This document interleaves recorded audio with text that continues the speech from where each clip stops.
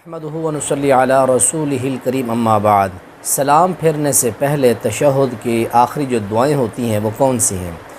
اللہ کے نبی علیہ الصلوۃ والسلام سے وہ احادیث منقول ہیں جو دعائیں پڑھنی ہیں وہ ہمیں حدیث پاک سے معلوم ہوتی ہیں۔ تو میں ساری دعائیں آپ کی اسکرین کے اوپر آپ کو نظر آ رہی ہیں، 4 دعائیں ہیں، وہ میں آپ کے سامنے وہ اسکرین پر لگا دوں گا، آپ ان کو پڑھتے بھی جائیں، دیکھتے بھی جائیں۔ تو دیکھیں اللہ کے نبی علیہ الصلوۃ والسلام نے فرمایا اذا تشہد احدکم فلیستعذ باللہ من 4، جب تم تشہد پڑھو تو 4 چیزوں سے پناہ مانگو۔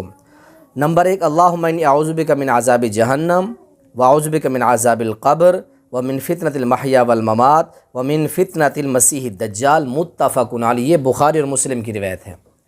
یہ پہلی حدیث ہے، اللہ کے نبی نے فرمایا کہ جب آپ تشہد پڑھ لیں تو آپ درود شریف کے بعد جو دعائیں پڑھیں ان میں سے سب سے پہلے آپ یہ دعا پڑھیں۔ نمبر 2، عن ابی بکر صدیق رضی اللہ تعالی عنہ قال لرسول اللہ صلی اللہ علیہ وسلم علمنی دعاء ادعو بہ فی صلاتی، یا رسول اللہ مجھے کوئی ایسی دعا سکھائیں جو میں اپنی نماز میں پڑھوں۔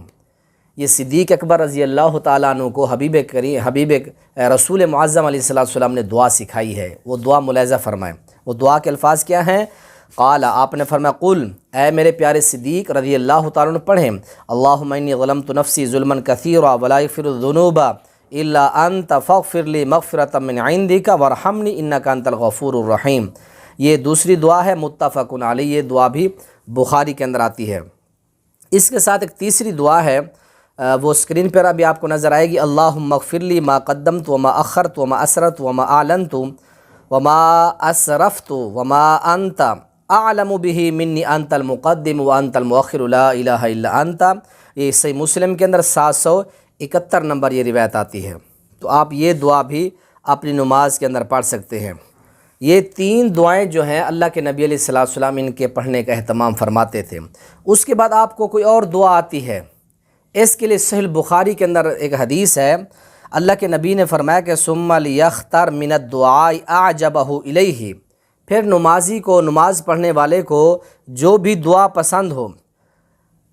امام بخاری رحمہ اللہ نے صحیح بخاری کے اندر ایک باب بھی قائم کیا ہے، باب ما یتخیر من الدعاء بعد التشہد، تشہد کے بعد نمازی کو جو دعا بھی پسند ہو، ما یتخیر من الدعاء بعد التشہد، تشہد کے بعد نمازی کو جون سی بھی دعا پسند ہے وہ اپنے لیے دعا کر سکتا ہے، جو اس کو اعجبہ یتخیرہ، جو اس کو پسند ہے، جو اس کو اچھی لگتی ہے وہ دعا پڑھے۔